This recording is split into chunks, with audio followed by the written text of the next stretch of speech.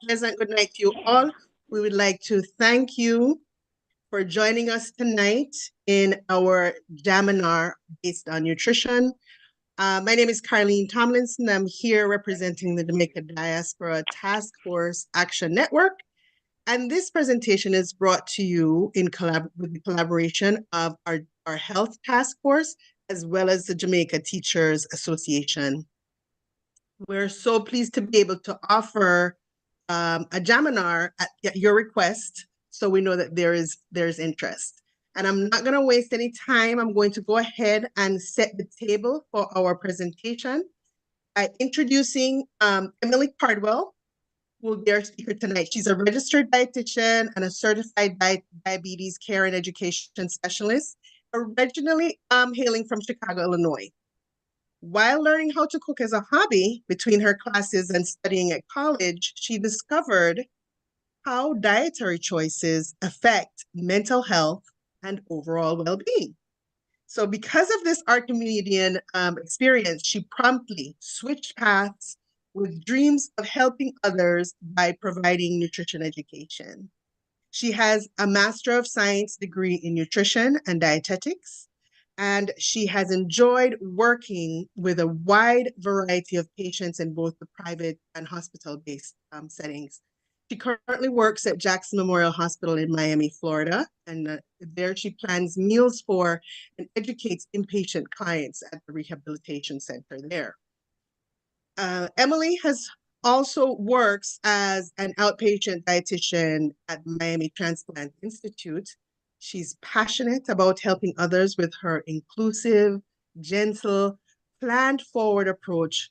And she's excited to collaborate with us and the Jamaica Teachers Association to bring us this bellyful tonight. So Emily, we set the table and we're now going to ask you to please serve us up a nice, nutritious main course. Over to you. That was beautiful. Thank you so much. And I'm so excited to be here. Thank you everyone for having me. And let's go ahead and get right into it. The greatest wealth is health. Miss Beverly actually sent me that phrase and I just loved it. I'm just so excited to dive in with you all. Ooh. There we go. Alrighty.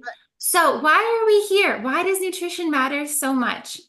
Nutrition plays a huge, huge role in the prevention of a lot of chronic diseases, from type 2 diabetes, cardiovascular disease, even certain cancers. Per the NIH, 90% of type 2 diabetes, 80% of coronary artery disease, 70% of stroke, 70% of colon cancer diagnoses are potentially preventable by healthier habits. These are huge, huge numbers. Imagine 9 out of every 10 type 2 diabetes diagnoses being prevented, needing to be made based on healthier habits like diet, physical activity, avoiding smoking, reducing alcohol intake. So nutrition is hugely important. Nutrition is also super important for our mental health. I feel that this does not get quite as much attention as some of the other chronic diseases, but more and more research is actually showing that the better we eat, the better we feel. And we're going to dive into that a little bit more as well. So today's agenda: nutrition basics, what to eat, of course, and why, how to build a balanced plate, how to eat. It's not just what we eat, but also how we eat. So we're going to get into some mindful eating principles. And then at the end, we'll have time for some discussion and questions. All right, so nutrition basics, macronutrients. I'm sure a lot of you have heard of these. Carbs, fats, proteins. What are they? Why are they important? So carbohydrates all break down into glucose. That's our energy. Every cell in our body needs glucose for energy to survive.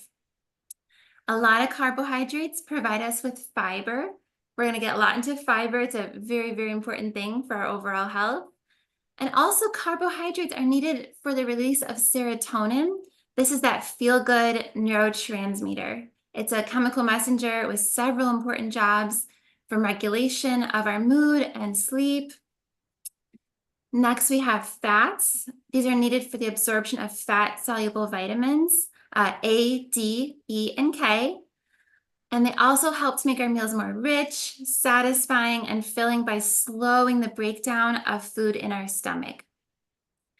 Proteins, of course, we need for our muscles, for all of our muscle tissue. And protein also helps us to feel full for longer by increasing the release of those satiety hormones. All right, micronutrients, basically vitamins and minerals. B vitamins and vitamin C are water soluble, so you could follow a very, very low fat diet and not be deficient in vitamins B and C because all they need is water in order to be digested and absorbed. On the other hand, as I previously mentioned, A, D, E, and K are fat soluble, so we do need some healthy fat in our meals in order to properly absorb those 4 vitamins. All micronutrients play an important role in the bodily functioning in all kinds of different ways. They're important for enzymes and coenzymes. And certain micronutrients also act as antioxidants. And antioxidants, I'm sure you've heard as well, they help with the prevention of many diseases. I just have a couple examples here, but there's actually many out there. So for example, adequate calcium intake decreases the risk of death from heart disease.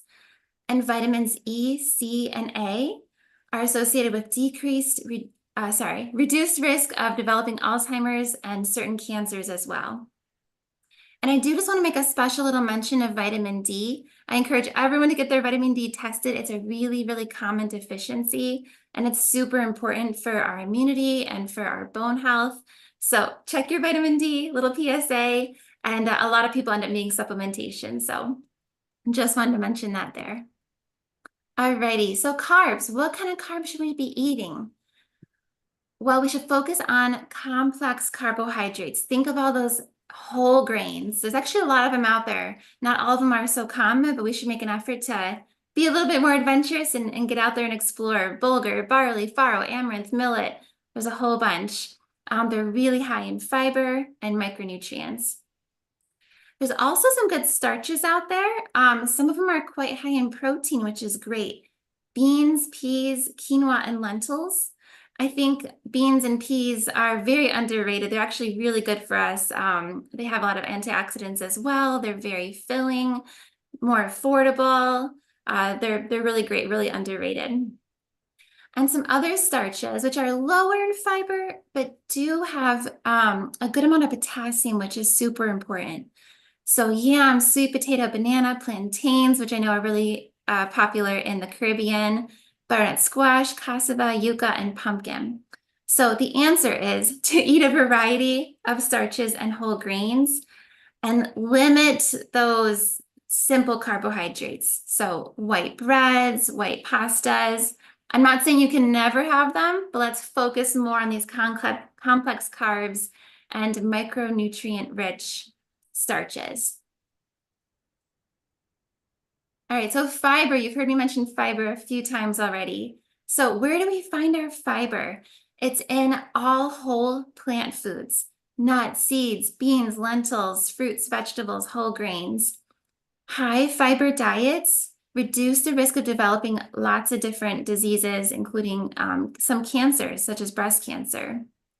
Fiber grabs onto bad cholesterol, the LDL cholesterol, and gets it to go out of our system, helps us to excrete bad cholesterol.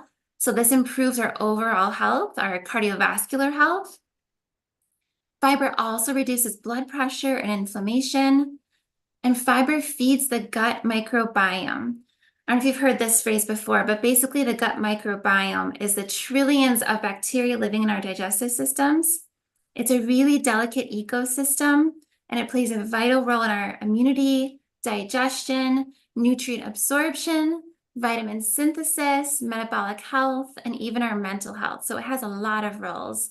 In fact, they found about 70% of our immune system is found in the gut, which is pretty cool.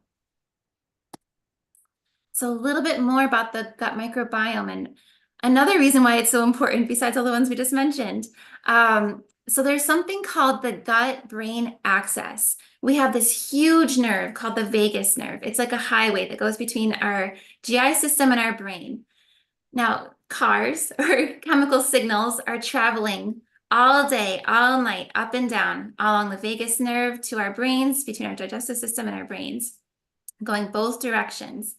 So an example of this actually is if you can think of a time when you felt a little stressed, maybe you had to give a presentation, maybe you had a job interview, something stressful going on. Think about how your stomach felt. Was your stomach a little upset? It's actually due to this vagus nerve transmitting all day long. So what that means is that keeping your belly happy, your gut health good, actually is really important for our mental health as well. Dysbiosis, meaning an imbalance of those bacteria in the gut. So having more bad bacteria, not so many healthy bacteria. The healthy bacteria might not be thriving. That has been linked to anxiety, depression, and other mental health disorders.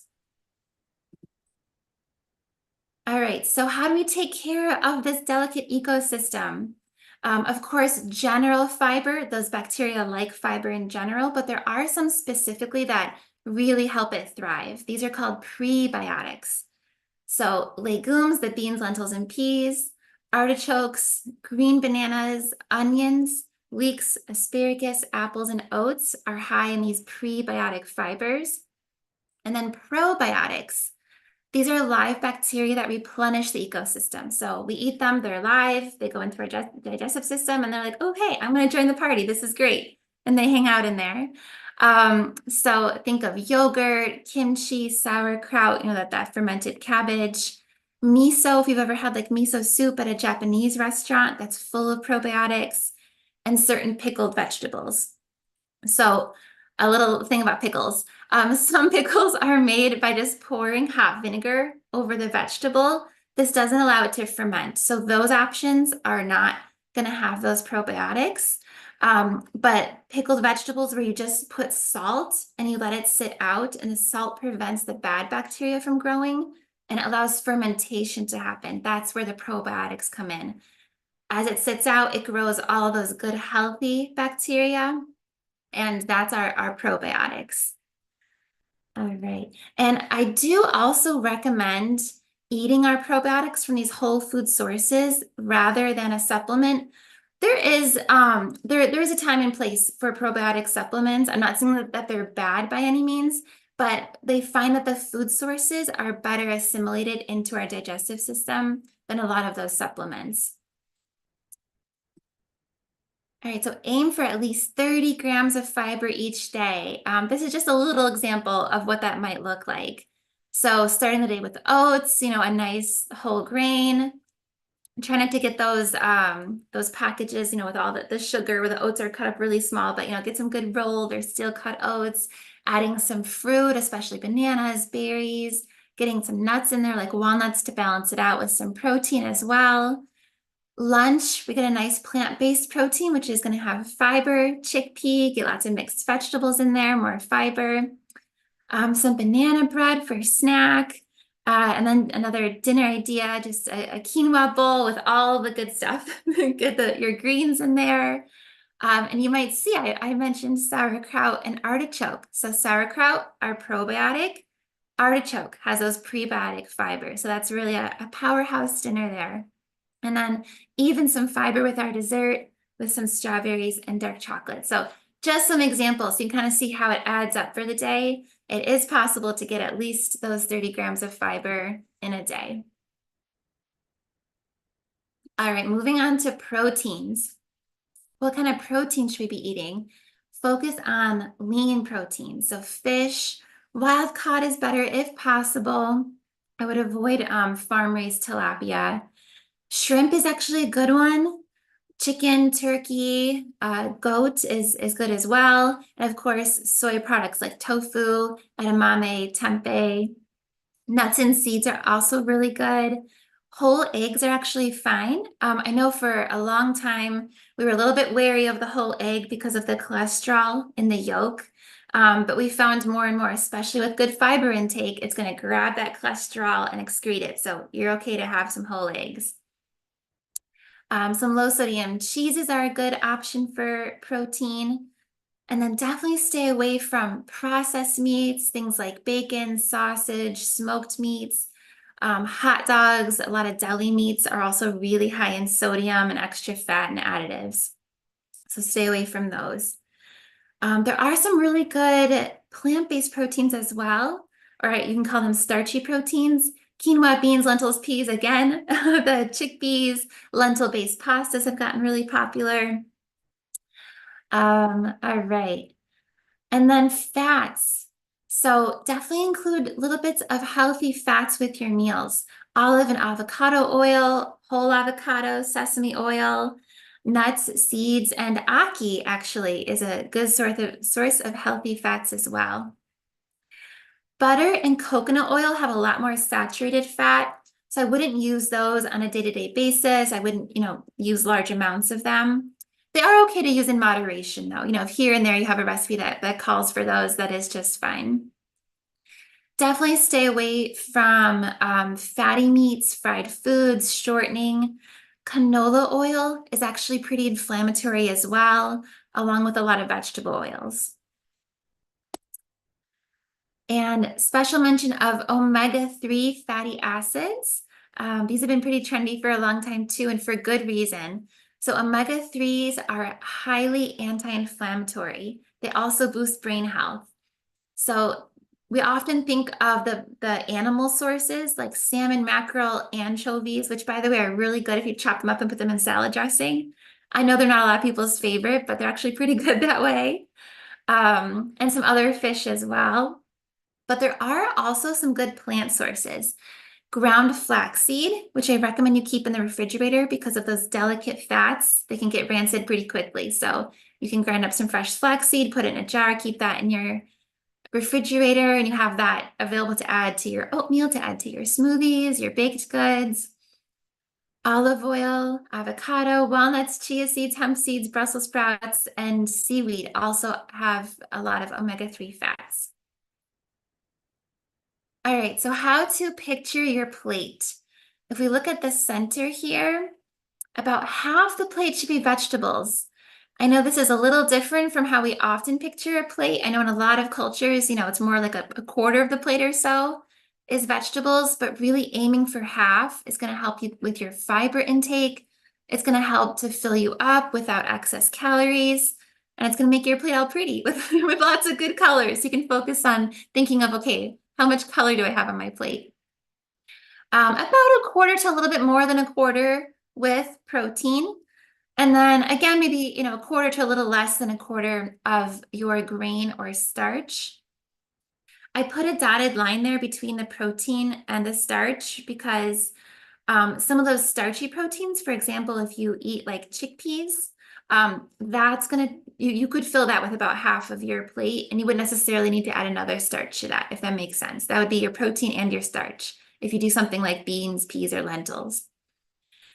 All right, and then I found some lovely pictures of some Jamaican options. I'm not gonna lie, I'm from Chicago, as was previously mentioned. So I did learn a little bit in putting this presentation together. It was pretty exciting, and I'm excited to discuss with you a little bit more at the end about Jamaican foods.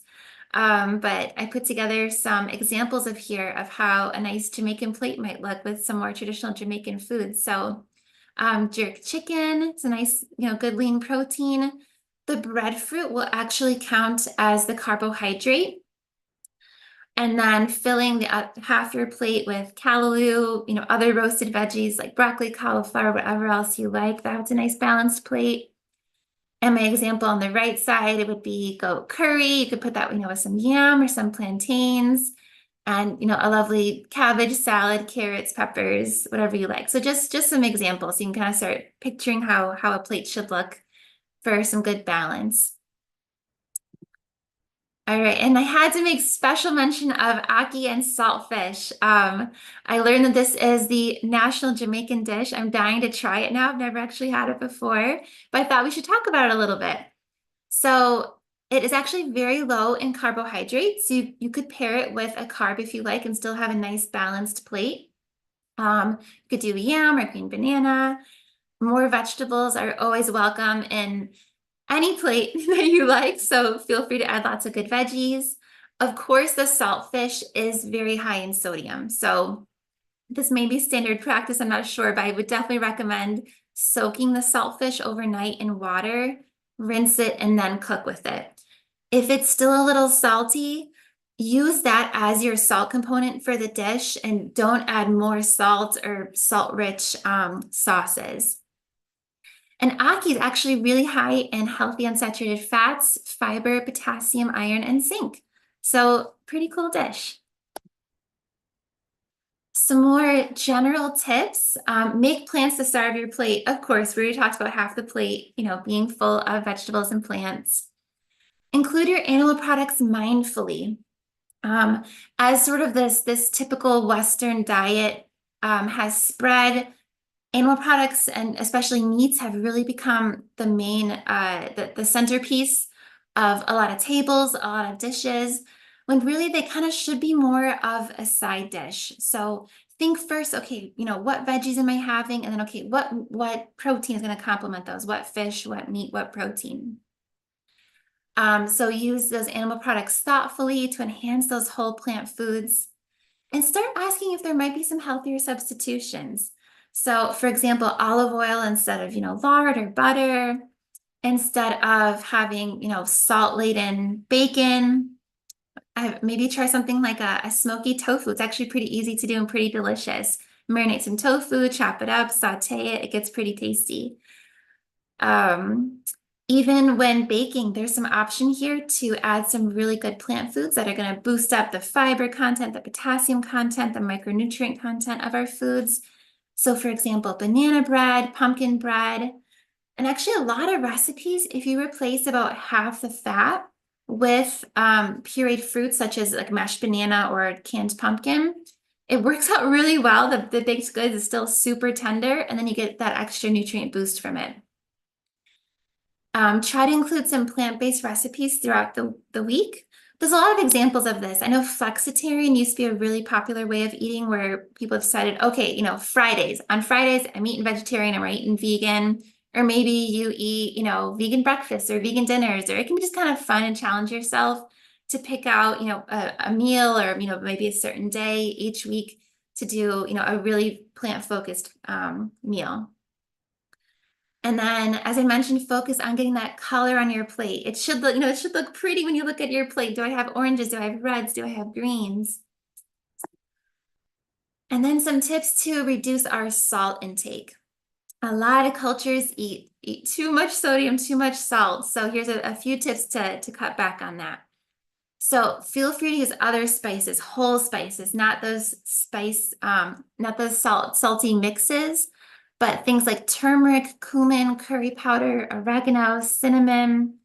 Those all have lots of antioxidants. They're very tasty. And actually cinnamon has been found to lower blood sugar levels, which is pretty cool. So add some cinnamon to your oatmeal or to any dish you like. Use acids like lemon juice, lime juice, and vinegars. These actually really, really boost the flavor. You'll be surprised without adding the salt. And then always taste your meal first. This might sound silly, but I know many people who they get to the table, they haven't even touched their food yet, and they got the salt shaker and they're salting their food. So at least just try it. And then, if it needs a little salt, it needs a little salt. But you can also keep other seasonings on the table. So lemon and lime wedges. One of my best friends is actually Turkish, and I've been lucky to go to Turkey and visit her a couple times. And the Turkish on the table, they keep dried mint, they keep oregano, red pepper flakes, lemon wedges, and sometimes some other spices. So very creative. There's lots of different ways to flavor your food. Check labels, especially if you're buying, processed foods, canned foods. Turn that label around. Look for about 240 milligrams or less of sodium per serving, preferably less than 200 even, but look for about that range. If it's got 400, 500, 600 milligrams, that's too much. That's a very salty food. Be careful with sauces as well, things like soy sauce. You can use that, in place of salt, but I wouldn't add salt and soy sauce and other high sodium sauces to meals. And then be careful with deli meats. As I mentioned, a lot of deli meats are high in salt. So low sodium turkey is the best option. And a pretty cool thing, if you're someone who really, has a salty palate, your taste buds do replace themselves about every 2 weeks. So Start cutting back on the salt, and you'll actually find if you stick with it, you'll get used to it. After, a month, 2 months, if you go back and had that salt that you had before, a really salty meal, you're gonna say, ooh, what was I doing? This is too salty, because your taste buds have adjusted. So that's good motivation, something to keep in mind. A few more general tips. Try to include anti-inflammatory foods every day. Chronic inflammation is linked to a lot of diseases, especially cardiovascular disease. So some foods to reduce inflammation, the spices like we mentioned, especially the cinnamon, ginger, turmeric, and curry powder. Another tip, if you're having turmeric, pair it with black pepper. This activates those anti-inflammatory compounds in it. And then, of course, those omega-3s are very anti-inflammatory, along with all the other plant foods, your berries, your apples, your fruits, your vegetables. They're all anti-inflammatory, which is pretty cool. There are foods which are, of course, inflammatory on the other side. So avoid fried foods, saturated fats, trans fats, processed meats. Dairy, I say in some cases. So this is kind of an individualized thing. It kind of depends on your genetics, where your ancestors are from.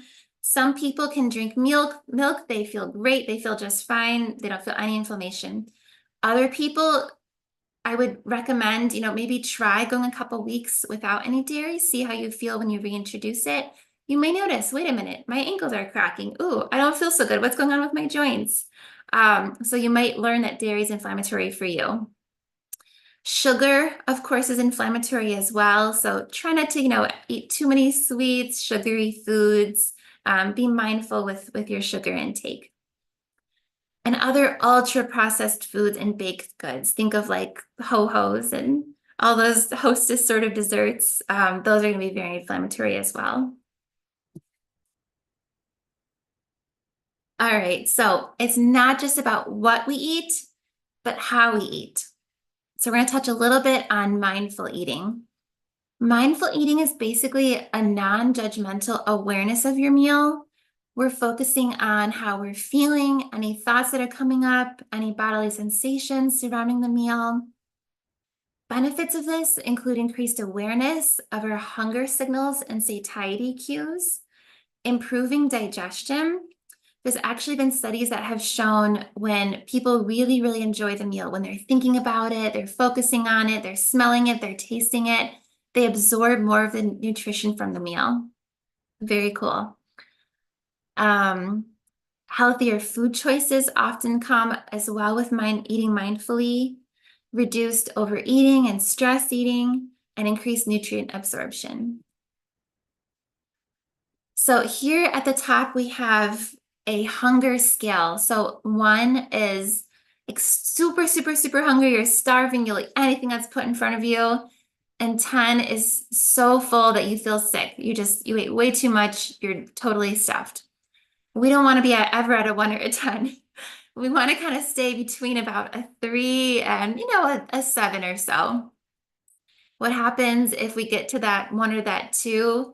We tend to overindulge. We, our how do they say it? Our bellies our eyes are bigger than our bellies. And then you can kind of swing from that, 1 or 2 to that 9 or 10, and then we don't feel so good. So it's best to keep checking in with yourself throughout the day. Okay, wait, where am I at?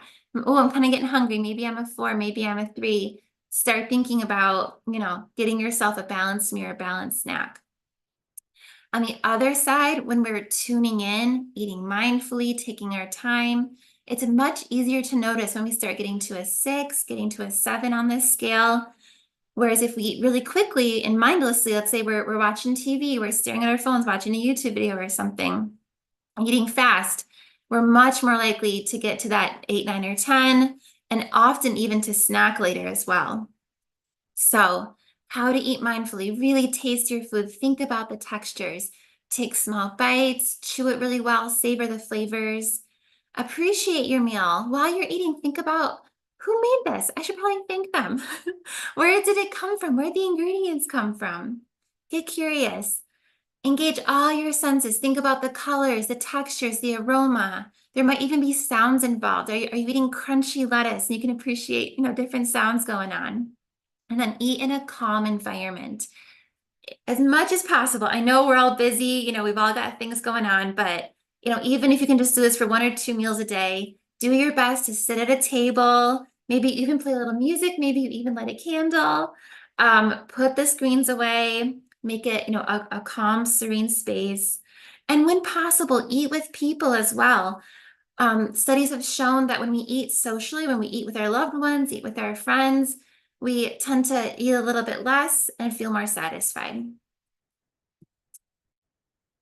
And overall, we want to find a dietary regimen that's sustainable for us. So I don't recommend any, really restrictive, any fad diets. These tend to cause us more stress. If our goal is weight loss and we go on a super restrictive diet, what often happens is, yes, we lose some weight oftentimes, but it tends to come right back when we're overly restrictive and lose the weight too quickly. So the best thing is to find a diet that's sustainable that we can do long term. So focus on small changes and start asking some questions. Like we talked about with, making little swaps in the recipes. Is there something I can, change out in this recipe to make it a little healthier, a little bit more satisfying, a little bit more nutrient dense? What if I double up on my veggies for this meal? How would that feel? Would that, be exciting? Would that feel satisfying? And then, trying a plant-based protein like chickpeas for dinner instead of red meat, challenging ourselves to try new things, get a little bit more variety in our meals. And then we want to get rid of guilt and overly restrictive habits. So by focusing on these small choices and changes and accepting that, everything in moderation. Yes, we can have, pizza. Yes, we can have, a little something fried sometimes. We don't need to feel super guilty about it. We don't need to beat ourselves up about it.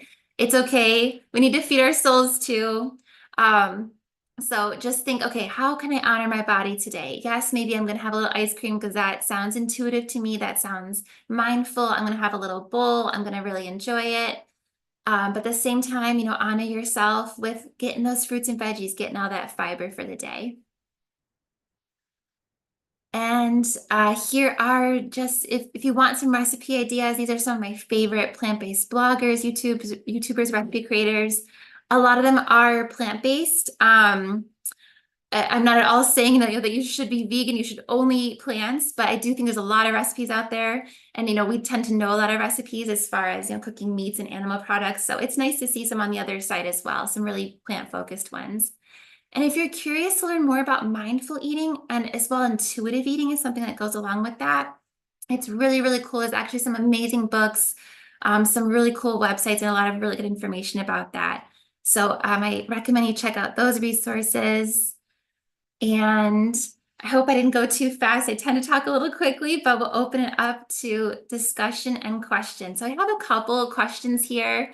You can answer if you're like, I'd love to hear from anyone and everyone who feels like chiming in.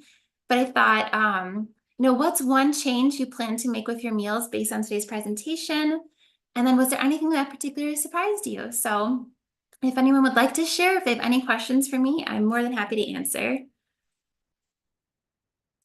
Okay, let's see who's good. Emily, you gave us so much to chew on.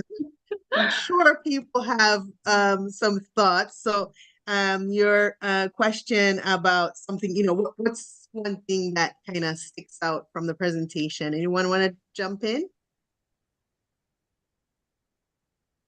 Hi. Okay, good night. Good night. Carlene, could Oh, you remove the spotlight and then open up the floor so we can see everybody? Because people may raise their hands. Sure. Okay. Let's Thank go you. ahead. So Emily, you can maybe stop your share as well. Okay, Yes, yes. Mhm. I hit pause. Did that work? No, just Oh, no. Oh, Oh, I see it. I see it. Okay, there we she go. goes. Awesome. All right. So somebody was getting ready to chime in. Who was that? that's me. Hi, good night. All My right. name is Simone Williams. As it relates to the sodium, she's so correct. I remember when they said I have high blood pressure, and so I stopped taking sodium. And no matter how fresh the food is, I really don't taste that freshness in the food, you know, and so I think everyone needs to look into that and try doing it as well because it's better for us. Mhm. Absolutely perfect. So Thank you, thanks for Simone. the reminder. You're welcome. And Katie Ann had noticed that she wasn't sure she eats like this. I think this was about the mindful eating. She said, I'm not sure I take the time to appreciate my food.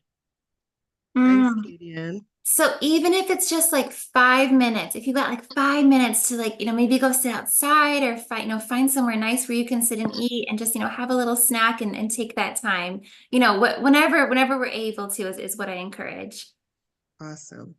Okay, Cydia has her hand raised. Cydia, you can unmute and ask your question. Good evening. Hi. I have a question. I noticed that when I eat beef, I have I don't know if it's mind over matter because I have high blood pressure, but when I eat beef, my head hurts. And people say that if you have high blood pressure, then when you eat beef, it's going to send up your pressure. Is there any truth to that? I mean, it might be partly due to that fat intake, and it is, a little bit inflammatory. It's not the healthiest lean protein. It could be something related as well to that vagus nerve, like we talked about. If our stomach's not feeling too happy, our head's not going to feel super great as well. To be honest, I'm not, exactly sure. I haven't heard, specific research on that, but those would be my thoughts. Okay. Thanks, Emily. Okay, Dr. Angela Wright has her hand up. Please unmute. Thank you very much, Caroline. Hi, Emily. Good afternoon. So my question is this. I'm here in the diaspora, right? But I grew up, and each time I go back to Jamaica, I just have to get some coconut oil. The one that's just made without the preservative and what have you. And I think you just knocked it in your presentation. So can you speak to the coconut oil and its benefits, please? Yes, so it is fine in moderation. So it is high in saturated fat, which is the take back of it. We don't want too much saturated fat in our diets. With that being said, though, it does have some good properties to it. It does have some anti-inflammatory properties, I believe. And it does have some benefits. So it's not that it's the worst thing in the world. It's not that you can never have it. It's just something we should eat mindfully and in moderation. Okay, can you also speak to the alternative, such as avocado, pear, that's what we know it in Jamaica, because we also have in abundance pear as we have coconut. So how can we capitalize on that, and how is it better for us? Sorry, you're saying pear? Like a pear Avocado. Avocado oil. Avocado oil. oil. We call it Oh, here in Jamaica. Oh, okay, sorry. Yeah, avocado oil is excellent. It's high in unsaturated fats. So avocado and olive oil are great options. I wonder if we could, can I ask, because that's interesting. We do have a lot of avocado in Jamaica. Does anyone know, is avocado oil on the shelves in Jamaica at this point? And how is it really expensive as olive oil is? Can anybody respond to that? While they're thinking about that, Caroline, is there any tip on how we can convert, just like how we convert the coconut to oil, to convert the avocado to oil? That's a really good question. I don't know off the top of my head. I mean, I would imagine some sort of process of smashing it and extracting it, but I'm not sure. I'm sure there are processes because avocado oil does exist. So there must be a way to get it to the press, So I don't know if that is being done in Jamaica. Especially because we have so much avocado. It would be great. That's a market to tap into, or somebody can start a business doing that. Yeah. Actually, and you can certainly, just cook with small amounts of, butter and coconut oil, and then have that fresh avocado on the side, have olives on the side. Right. Okay. There's some Somebody wants- comments in the chat. Let me just Andrea, who Thomas, she said, the human body requires a small amount of sodium to conduct nerve impulses, contract and relax muscles, and maintain the proper balance of water and minerals. It is estimated that we need about 500 milligrams of sodium daily for these vital functions. So yes, sodium is needed for many vital functions in the body. So no one should eliminate it totally from their diet. Yes. Yep, 500 is exactly correct. Mhm. However, even fresh foods do have some sodium. Like even an apple is not 0 milligrams of sodium. I think 20 or 30, something like that. So even if you really eat mostly fresh foods and rarely salt your meals, you should hit that 500 mark. Mhm. Okay. Okay. She said, I know for sure I will try. Oh, this is someone else, Andrea McPherson. She said, I know for sure I will try my best to include more anti-inflammatory foods in my diet. Excellent. Yes. If you have already asked your question and it has been answered, please lower your hands. Thank you. Katie Ann, you have a question. Hello, good night. My throat is kind of giving some trouble, so my voice is a little hoarse. I do agree with the fact that because I live alone, so I tend to just eat what I want to eat and when I want to eat. Sometimes I don't eat because if I eat at work, I'm not going to come home and cook. But I notice when my daughter is here, when I have company, I find that I eat more meaningful then. So I do understand that. So company has a lot to do with that sometimes. But even I'm in St. Thomas in Jamaica, the parish of St. Thomas in Jamaica, sometimes I'd go on YouTube, you'd see these nice, nutritious things that you want to try. But when you go to get the items, you can't find them. You'd have to maybe go into Kingston to try and get some of these items. So I think the accessibility of these items sometimes is discouraging because avocado oil, I've never seen it in the supermarkets. I have never really seen it in there. And olive oil you can find. You'll find a lot of, and very expensive. But some of these things that you want to eat, used to eat healthy, they are very expensive and hard to get sometimes. Yeah. Thank you for pointing that out. I mean, whatever fresh fruits and vegetables you do have available, it doesn't have to be, specifically ones I mentioned, but those are always a good idea. Any fresh plant foods you have. Katie Ann, avocado oil is new to us here in the US as well. It's only in the last couple of years that I've really seen it. And it is expensive here in the US. Well, comparable to that and olive oil are on the pricier end. So we understand that might not be one of the fats that we can access, but there are certainly some others that Emily mentioned. Mm-hmm. So Andrea Thomas was able to show us how it's made. She said in the chat, she put a link about how to make avocado oil. Yeah, everything's on YouTube. I'm And excited to check that out. Cool. And there's a question here. Carlene, you see the question from Janice Watson? Yes, go ahead with it. Okay. Any information on cassava? Is it low carb? Cassava, it does have carbohydrates, so it would be in that carbohydrate portion of the plate, but a good starch option. Yeah, higher carb. Yes. Yeah. Any other questions? Let's see. What about ghee? Is it ghee or G as an alternative? Oh, ghee. Mhm. So ghee is butter Monica West.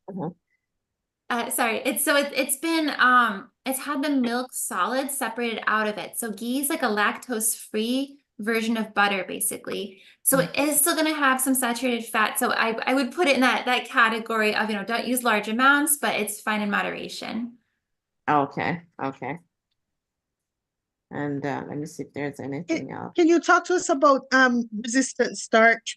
I had two things happen in recent weeks. I had a friend that had some rice and she was ill afterwards. It was bad. Mm. And then very close to that in the last couple of weeks, I've been seeing on my socials that rice, if not properly stored, is prone to, I'm not sure if it was mold or fungi or whatever, but there's been a lot of comments from the Caribbean people and Asian people about how I never got sick off of rice yet. But I've been seeing it more and more. Are you able to give us some information about the proper storage and then also the benefits of the resistant starch from rice? Yes, great question. So Bacillus cereus is the name of the bacteria that lives in all rice. And the interesting thing is it survives the cooking. So even if you boil it all day, that bacteria is still going to be on it. So that's why it's really important to refrigerate it right away. So cook it, let it cool for, an hour or so is fine, but then get it in the fridge. Don't leave it out all day because that bacteria will just multiply. And then you mentioned resistant starch. So a really cool thing is after that rice has sat all night in the fridge the next day, some of those simple carbs convert into what we call that resistant starch, which basically acts as a fiber. So basically it kind of turns from more of a simple carb into more of a complex carb, if that made sense. Excellent. Thank you. Mhm. Wow. There's a Irene. question here. Yes. What's good when you have anemia? So anemia can be from a few different things, but often it's iron.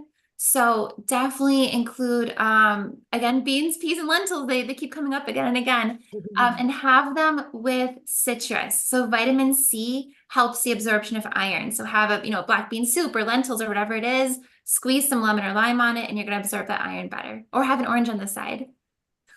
Very nice. We have a hand up. Andrea Thomas, can you? Good evening, everyone. Okay, so I am anemic, and I think it's due to having fibroids with heavy bleeding. I was advised to eat red meat. I am not a lover of red meat, so what I do, I take the supplement HB Fortex.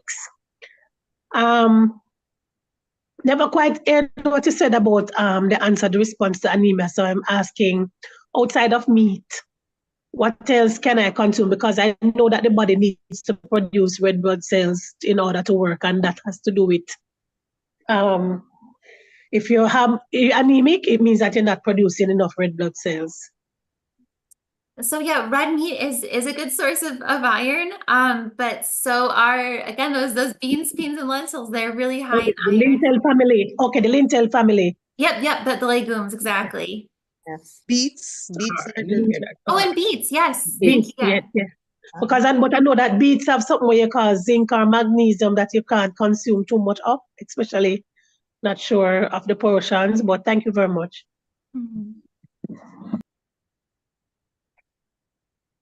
There's another. Katie Ann, I think Katie Ann. Oh, no, that's it. There's a question here. Does ginger elevate your blood pressure? Ginger should actually help. It's an anti-inflammatory. So I think that'd be a good thing to have if you have high blood pressure. Okay. And Andrea McPherson has one. Did you see that one, Doc? Yeah, I'm gonna read it now. Okay. Could you tell us some foods that can build or help to build our memory?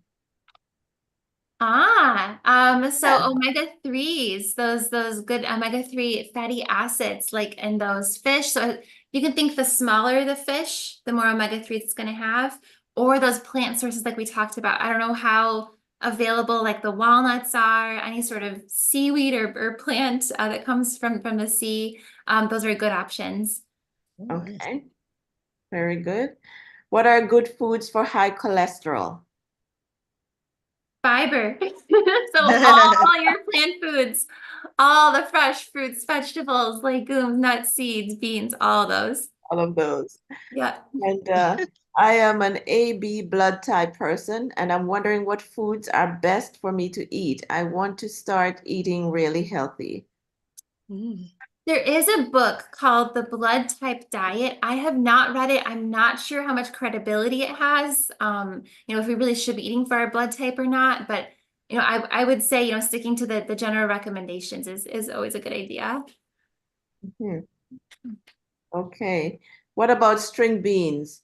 Is it good for people with high blood sugar? Yeah, string beans are a good non-starchy vegetable. So those are just fine. You can have a good big serving of those. Excellent. Let me see if I missed anything else. Regarding the comment you made about rice, would you recommend having this, I don't know, discard freshly cooked? Something is missing there. I know sometimes when we're typing, let me ask, Alicia Allen, you were the one who asked that question. Could you just clarify what you're asking? Alicia? Yes, okay, good night. Yes. So she mentioned that if the rice is because of the bacteria that is in the rice, if you put it in the refrigerator, the next day it would be getting more contaminated. That's how I understand it. So based on that, is it wise to have your carbohydrates freshly cooked instead of cooking it and putting it away and reheating it again? Okay. I see your point. Yeah. So of course that cold temperature is gonna not allow it to reproduce, very quickly. But I would say don't leave it for more than 3 days. I'd say 3 days would be the maximum for white rice. Okay. And we get that resistant starch too from like potatoes. We have the same benefit, right, Emily? Yeah, yeah. Okay. What fruits should diabetic patients consume? So for fruits in general, what I recommend is to have them with a protein. Some protein and some healthy fat. It's going to slow the breakdown of those natural sugars, and that's going to keep your blood sugar more stable. So if you just eat a banana, your blood sugar is going to do this, right? But if you eat a banana with some peanut butter, it's going to go up. You're having carb, but it's going to stay more steady. And then in general, berries are going to be a little bit lower in sugar than like the tropical fruits. Excellent. Wow. Another question. Such good information. Thanks, Emily. Yes. Yes, we're going rapid fire. You're knocking them out. Another question here. What can I do to control asthma? Because asthma develops from, I can't see everything there. That's from colic. Is it colic? Yeah. So asthma. From a cold. Okay. Cold. Yeah. Okay. Okay. I'll admit I'm not an asthma expert. I would say probably the anti-inflammatory foods would help, just to get general inflammation down in the respiratory tract. As far as more specifics, I don't actually have a super specific answer for you. Sorry. Okay, let's see. Andrea Hu Thomas said, asthma and cold is due to mucus. Oh, that just went away. Mucus formation, mucus formed in the nasal passage or in the lungs. It's actually a fungus. You will need to develop your cardiovascular system by exercising as well as eating foods rich in vitamins. So, okay. I don't know if Andrea is a doctor, but I am actually a physical education teacher, but I study nutrition and anatomy of the body, physiology. That's where I master in. And I just wanted to mention really rice. Rice is one of those foods that forms what you call mold very easily. So if you're gonna keep rice in fridge, it must be in your freezer. Rice and peanut molds are easily formed in those two foods. Because somebody asked about rice. So it would be very good if you can cook your food fresh daily. okay. Before you go on, Dr. Thanks, Andrea. I saw Shireen had her hand up for some time, and then it's like she got tired and she put it back down. Hello. No, I didn't get tired. Okay. Because I was actually going to speak to exactly what Andrea spoke to concerning the freezing, because then the food, the bacteria there will become dormant. Understand? So when they're ready to use it now, they can take it out and then have it. better frozen. Okay. Yes, thanks. Thanks, Shireen. Thank you. And someone says here, I know you did not mention anything about sickle cell, but what are the best foods for these persons who suffer from sickle cell anemia? Sickle cell is tricky. I know those crises happen, and they're really not always preventable. It's really actually goes back to the same guidelines. I don't know of any, really specific guidelines just for sickle cell. Okay, one more question here. I just missed it. I see one. Katie Ann is asking, what are some foods to promote gut health? Yes. Promote gut health? Mm-hmm. Okay. The So probiotics. the probiotics and the prebiotics, those greener bananas, artichokes, the beans and lentils again, those superstars. As much as you push the beans and lentils, I appreciate, Emily, that you did not leave out the goat curry. Because we love our goat curry in Jamaica. And the ackee and saltfish is mine. Ackee, yes. Yeah. We have a Samsung phone hand up. We don't know your name. So if you could go ahead and unmute and ask your question. Okay, I'm very sorry, not sure my name didn't come up. I'll have to check on that. I'm from Kingston, Jamaica, and my very close friend Beverly Frey invited me today, Dr. Frey. So, Thank you for being I here. just want to tell her thanks so much for all I've learned since I joined. I do have a problem with the high cholesterol, and I remember someone asked a question, and I would appreciate if we could drill down a bit more. I try my best to keep away from the gravy. I know that the oily foods and the fried foods and so on. I do a lot of vegetable for lunch and fruits. Maybe I'm not eating the right fruits, I don't know. But it has not been checked. It's a little out of range, like a little just under 5. And so my doctor mentioned it each time I do my executive profile around this time each year. And I'm about to do it again, and I'm just hoping it will be better this year. But I notice for all the things I do consistently, it does not really get checked. So I don't know if we could talk a bit more about that for me. I would be grateful. And thank you so much for all I've learned so far. My pleasure.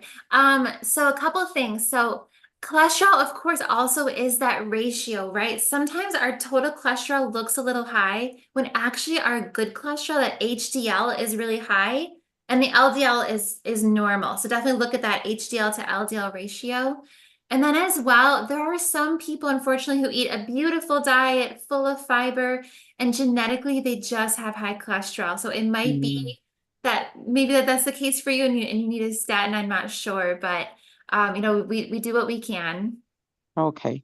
Thank you. Thank you, Beverly. Dr. Frey, thank you. You're welcome. Thank you for being here. Okay. Do you want to do hands or questions, Dr. Frey? I'm sorry? Do you want to do, there's some hands up. Do you want to do the questions? Oh, yes, let's do the hands up. Cydia. Yes, so I'm a teacher, and we sell the children hot dog, but I realized that it was mentioned that we should stay away from like sausages and those things. So should we not give it to them? Or just limit the number of days we sell it to them? I mean, it's a complicated question, right? Because, what else is available? Is hot dogs, what's available and what we need to serve. If that's the case, then yeah, serve the hot dog because the kids got to eat. If it's possible to, serve it with a fruit, something to, balance it out a little bit, or serve it less days per week, then it would be a good idea. Okay, another question is because we are mindful about the illnesses and so forth that children can get. So we try to get them as healthy a meal as possible. In terms of the cooking oil, because we only fry chicken like once per week and give to them. But children would want you to fry it like 3-4 times per week. So when we fry, because it's a lot of oil that is fried with, and so we find that we have to buy a lot of oil. When we fry once, like we fry on a Monday, can the oil be reused, or is it that we have to discard it? The best thing to do would be to reuse it as little as possible. So you could, use it maybe 1 or 2 more times, but each time you fry, those delicate fats are converting into trans fats and saturated fats. So the less you reuse it, the better. Okay, thank you. My pleasure. Thank you, Cydia. Next hand is Simone's. Simone Williams. Yes, good night again. Good As it night. relates to the avocado, just a bit of information because I know we have men inside the house now. But avocado is a good benefit for men. I was reading earlier this week that it was saying that we can intake at least 1 to 2 avocado per day, and it helps with the man in terms of stimulation and helps them to prevent prostate as well. Avocados do have a lot of micronutrients, so that makes sense to me. I mean, as far as 2 whole avocados a day, that's a lot of calories, but they're very healthy. You have to work out hard. Okay, thank you, Simone. Somebody asked about Yeah. seasonal allergies, Emily, if there's any food that can eat to assist with allergies. It goes back to those anti-inflammatories. I mean, it's not going to prevent them. You're still going to get allergies. You could also give dairy a try. I mean, as far as staying away from dairy, just to see if it makes a difference. Dairy and sugar, I'd say cut back on those, include those anti-inflammatory foods. I've also read that if you use honey from your local area, that it supposedly helps because of the pollination. Yes. Yep, that as well. Thank you. Tracy Ann Moore, your hand is up. You can unmute and ask your question. Hi, everybody. My question is avocado oil good to consume when you're a person who has anemia?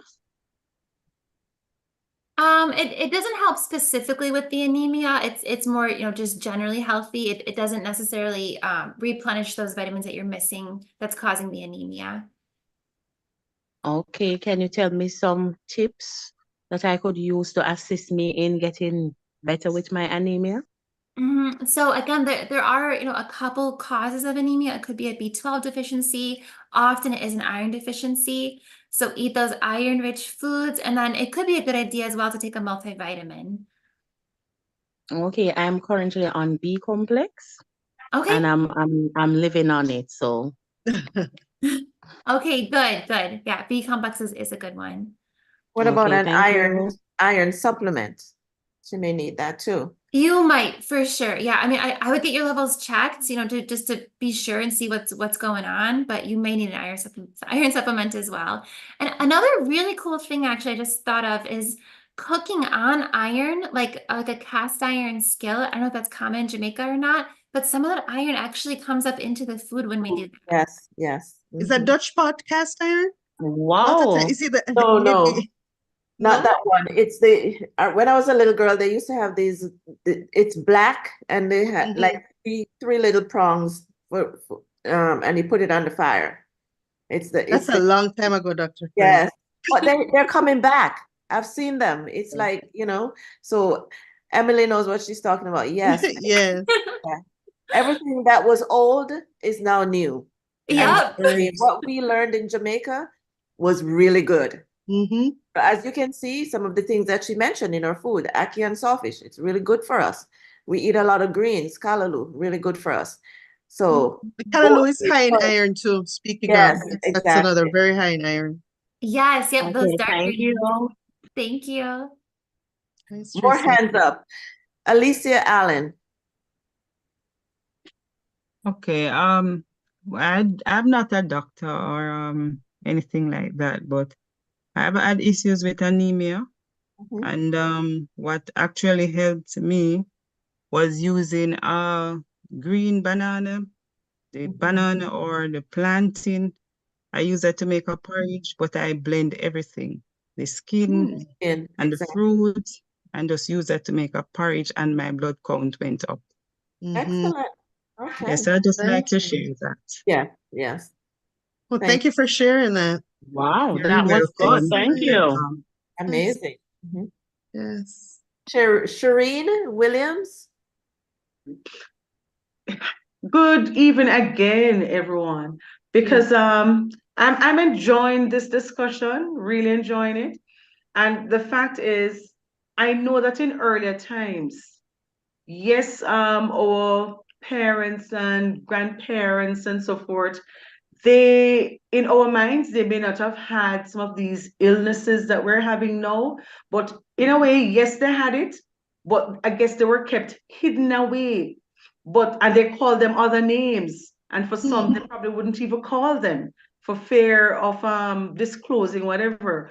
But I realized that simple things like probably when we boil our food and we will have some of that hot water. And we may think that what they were doing, it didn't make sense. But if you recognize, a lot of individuals right now are having issues with whether gastritis, gastric problems, and all of that. But if we would just learn to probably have some of these warm things instead of putting on a cup of tea, you drink, because guess what? All the nutrients that are coming out of these organic food items, they're actually in the hot water there. The speaker spoke earlier to the water-soluble vitamins and so forth. So they're all there. And if we consume some of this, it will help to alleviate some of the issues that we may be faced with and really delve into the vegetables. A lot of people will say they don't eat certain vegetables and whatever, but there are a wide range out there that we can actually substitute. I know I talk a lot, so I'm not going to raise my hand again. Thank you. Thank you. Thank you. Shireen. Shireen? Oh, that's Shireen. Shireen. Yeah. This was Shireen, yes. Thank you. Okay. There's a question about turmeric and bay leaves. What are the benefits of those two? So turmeric is fantastic. The active compound in it is called curcumin. That's what you need the black pepper for. When you combine the black pepper with the turmeric, it activates the curcumin, and it's super anti-inflammatory. So highly recommend adding cumin to all kinds of things. Something I love to do is called golden milk, where whatever milk you like or tolerate, you put turmeric, black pepper, you can grate some ginger in there, put some local honey for your allergies, heat it up, and it's really tasty. Wow. Mr. Croker has his hand up. Desmond Croker.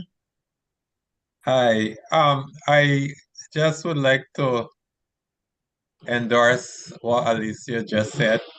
The very first hospital that I worked at in Guyana, it's a Seventh Adventist hospital.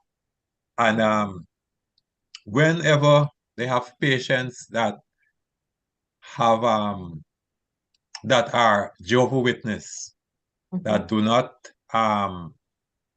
accept blood transfusion, they would use that same green banana, make porridge with it, with the skin and everything in it, and that helps a whole lot most of the time.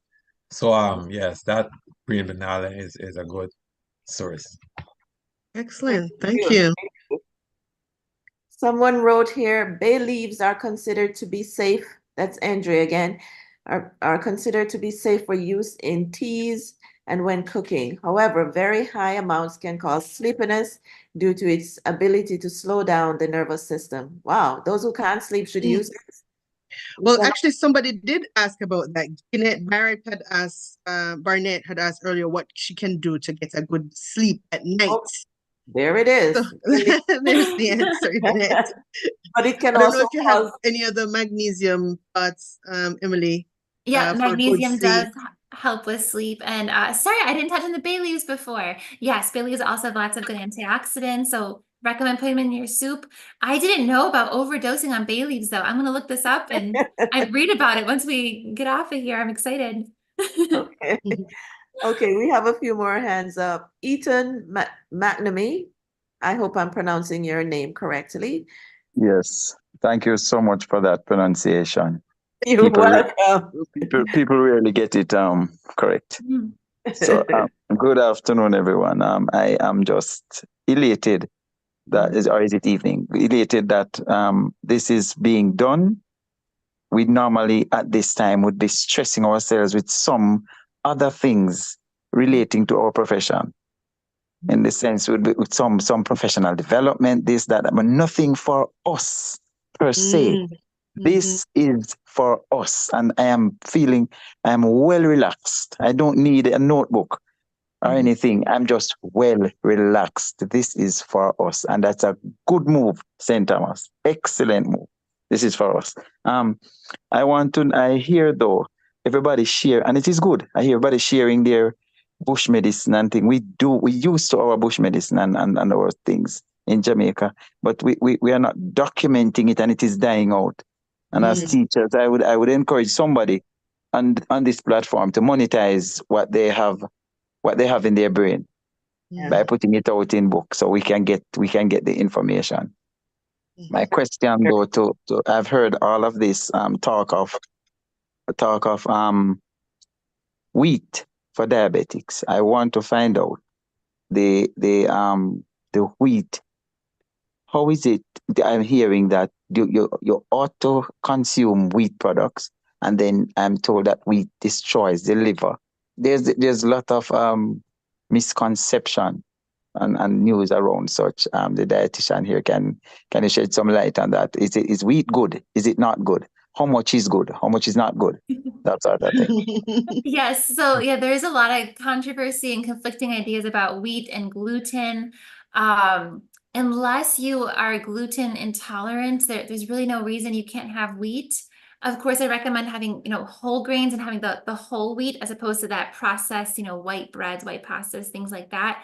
That's going to raise your blood sugar a lot more. But when you have the whole wheat products, those are perfectly fine. So I should have made better mention of this earlier as well. That plate that I showed is great for diabetics as well. It's good for everyone, to be honest. So having whole wheat products in that carbohydrate section of that plate is perfectly fine. Thank you. Thank you. Thank you. Thank you. I'd just like to piggyback on what Eaton just said about the fact that you're enjoying this presentation. And I just want to let you know that this is the brainchild of Roymaine Robinson. She was the one who contacted us and asked us to put on this series of presentations for you guys, for the teachers of St. Thomas and in Jamaica at large. So Roymaine, thank you for partnering with us. And we are just leveraging the expertise that we have in the diaspora to meet your needs. So feel free to reach out to us anytime. And I'd just like to thank Emily, because Emily, this is probably the first time you're doing this via Zoom, right? It is, yeah, but Yes. it was so fantastic. And, I listening to your intro, hearing you say out loud, oh, my dream was to educate people. And I'm just like, oh my God, it's coming true. There's 100 of you here. I'm just so honored that it's all, coming full circle. Yes. So thank you, Roymaine. Thank you. So Kevin, you have a question or a comment? You can go ahead. Yes, good evening, colleagues. Good evening. There was a chart showing how much do I eat. I would just like her to explain some more. I think it was helping us to understand when we overeat or so. I just like her to explain more on that, because I think it is very important, because sometimes we do overeat. Sometimes we don't know how much we are taking in and we just keep eating. So I would just like some more explanation on that. Yeah, so I think you're referring to the mindful eating. So what's so cool when we are able to really pay attention to our body's signals, pay attention to what we're eating, our body really does tell us when we're hungry and when we're full. And that sounds so simple, but there's actually a lot of really subtle signals that our body gives us and our mind gives us too, as to when we're hungry and when we're full. And some days you're gonna be hungrier than others. Other days you're gonna be like, I could do, just a little small snack and a couple small meals. And other days we're just absolutely ravenous, which is why it's so important to tune in, because we're not robots. We're not supposed to eat exactly, 1,800 calories every single day. That's just not, it's not appropriate. And our bodies, we might be coming down with a sickness and we don't know it yet. And we need a little bit more calories to fight that off. So tuning in really allows us to listen to those cues and honor our bodies. I hope that answered your question. Is that okay? Does that answer your question? Where did he go? Kevin. Yes, Kevin? yes, it did. Thank you. Thank you. Okay. Okay. Perfect. All right. Let me see if there's anything else. I don't see any more questions. No, I And don't see either. any more hands. Yeah, so that was fantastic. And I'm just gonna, I can't wait to hear. Oh, there's a hand just shot up. Simone, go Okay, ahead. yes. I had asked in the chat that a person with high blood pressure, I was told that banana and callaloo builds your iron count. And I was asking, is there a limit as to how much we can intake on these things when we have high blood pressure? Yeah, so if you're not on Coumadin, Coumadin is it interacts with vitamin K. So if you are on Coumadin, you got to limit the amount of greens and vitamin K you have. But if you're not, don't worry about that. Yes, you can eat all the bananas and greens and veggies that you like. There isn't really a limit. Yeah. Mhm. Okay, Okay, someone said, it's a pity that more people are not on this platform. Man, a lion and feel invincible. But more men need to start take more care of themselves. More men. Okay. All right. Not knocking the men. They're here. So that's a positive sign. So now it's, you know what? It's almost 8:30. And we should have stopped at 8 o'clock. So it means that you're very engaged and you're interested in the topic. But we're going to give you some time to ponder what you've heard this evening and to see how you will make the changes in your life. So I'm going to turn it over to Roy Main, and she will thank Emily for us.